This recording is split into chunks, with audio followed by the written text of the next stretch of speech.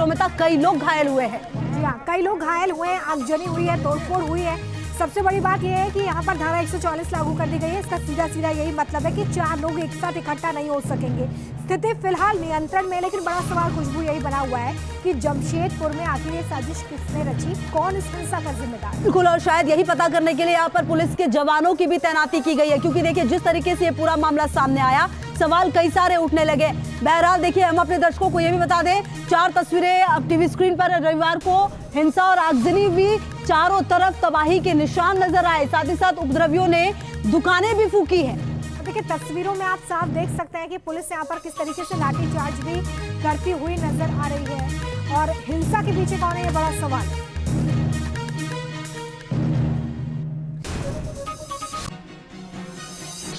तो देखिए, ये पूरी जो हिंसा वीरों में था, इसको लेकर 10 अपडेट सामने आ रहे हैं, वो अपने दर्शकों को बता देते हैं।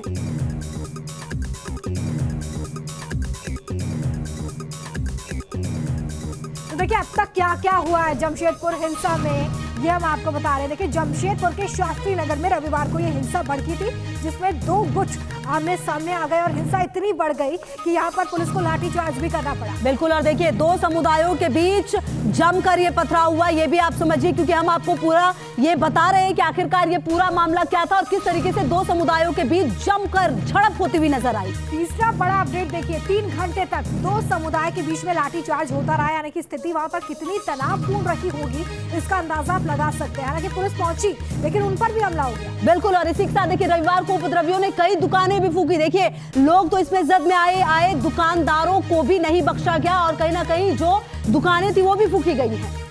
इसके अलावा देखिए पथराव में कई पुलिसकर्मी घायल हुए हैं। जब पुलिसकर्मी यहाँ पर बीच बचाव करने के लिए पहुंचे, स्थिति को नियंत्रण में करने के लिए पहुंचे, लाठीचार्ज किया, तो यहाँ पर उपद्रवियों ने पुलिसकर्मियों पर भी हमला किया। बिल्कुल, और रोमिता देखिए तनाव देखते हुए इलाके में धारा 144 लागू कर दी गई। ये सबसे ज्यादा महत्वपूर्ण है, ताकि ये जो तनाव है वो और ज्यादा ना फैले। इसके अलावा इंटरनेट सेवा को भी बंद करने का काम किया गया। रैपिड एक्शन फोर्स की बटालियन भी यहाँ पर तैनात कर दी गई, ताकि स्थिति को कंट्रोल किया जा सके। बिल्कुल, और देखिए 2 जिलों से अतिरिक्त पुलिस बल भी बुलाए गए, ये भी काफी महत्वपूर्ण हो जाता है। वो 10 अपडेट हमने बताया। अब इस पूरे मामले पर क्या कुछ कहना है पुलिस अफसरों का, वो भी आपको बता देते हैं।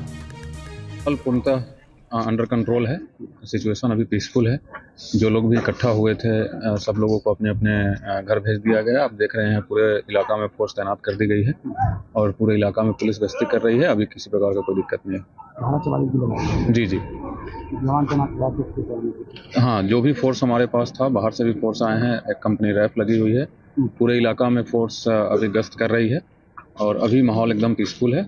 अभी अब जैसा आप देख रहे हैं कि सभी लोग तितर-बितर हो गए। हिरासत में लिया गया? जी, कुछ लोगों को हिरासत में लिया गया है। वर्तमान में सामान्य स्थिति है। शांति बनाए रखने के लिए हम लोग वर्तमान समय में फ्लैग मार्च कर रही हूँ, ताकि यहाँ का विधि व्यवस्था कायम रहे। बस अभी तो प्रारंभ कर रही हूँ। जब तक यहाँ विधि व्यवस्था सही ढंग से स्थापित नहीं होगी, तब तक हम लोग फ्लैग मार्च या चाहे पूरा प्रशासन हो, हमारे CRPF हो, सबके साथ। अभी शांति है? हाँ, वर्तमान में कल रात से इस स्थिति में कंट्रोल पाया गया है। शहर के लोगों को दिक्कत ना हो, इसके लिए इंटरनेट गलत मैसेज सब लोगों के बीच ना जाए, इसलिए इस चीज को रोक दिया गया है।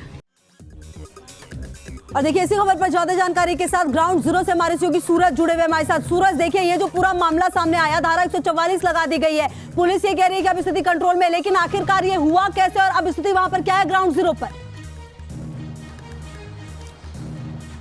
रूबिता, देखिए शनिवार की घटना है। शनिवार के दिन किस तरह से घटनाएं घटित, उसके बाद पुलिस की तत्परता ने मामले को शांत कराया था। लेकिन कल देर शाम यानी लगभग 7:30 बजे आगजनी की गई और विशेष समुदाय की तरफ से पत्थरबाजी की गई। इस पत्थरबाजी में SDM समेत कई पुलिसकर्मी और कई लोग भी घायल हुए थे। हालांकि इस मामले को लेकर पुलिस ने कल भी तत्परता दिखाते हुए मामला को शांत कराया, लेकिन ये कह सकते हैं कि इस मामले के बाद, इस घटना के बाद 70 लोगों को पुलिस ने हिरासत में लिया है। फिलहाल ये इसी पुलिस हेडक्वार्टर है PHQ, इसी पुलिस हेडक्वार्टर में अभी फिलहाल DGP बैठक कर रहे हैं। DGP के साथ अभियान के जो अधिकारी हैं, इसके अलावा जो DIG है, IG है, जो बड़े रैंक के जो अधिकारी है, वो इसी बिल्डिंग के अंदर में बैठक कर रहे हैं। उस बैठक की अध्यक्षता झारखंड के DGP वो खुद कर रहे हैं। यानी इस हेडक्वार्टर से जमशेदपुर की घटना को लेकर पूरी तरह से नजर बनाई हुई है पुलिस अधिकारियों के द्वारा, और ये कह सकते हैं इस घटना के बाद धारा 144 लागू कर दिए गए हैं। ये घटना पर ये भी हो जाता है कि इस हिंसा पर यहीं पर अंकुश लगाया जाए, क्योंकि बिहार में हमने देखा कि किस तरीके से एक जिले से निकली ये साजिश की आग अन्य जिलों में भी पहुंची थी। तो यहाँ पर सबसे बड़ी चुनौती यही होगी कि इसे यहीं सीमित कर दिया जाए।